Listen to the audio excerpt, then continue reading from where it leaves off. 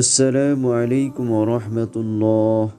সুপ্রিয় দর্শক মণ্ডলী, মাথা ব্যথা করলে যে দোয়া পড়বেন।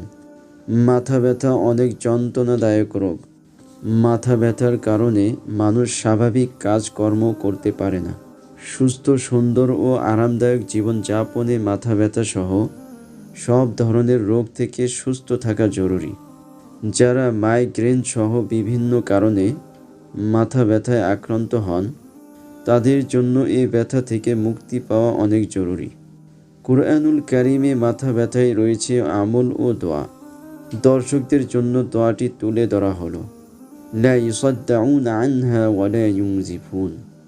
যেভাবে এই দোয়া পড়বেন, যখন কারো মাথা ব্যথা হয় তখন তার উচিত ডান হাত দিয়ে মাথা চেপে ধরে 3 বার এই দোয়াটি পড়া।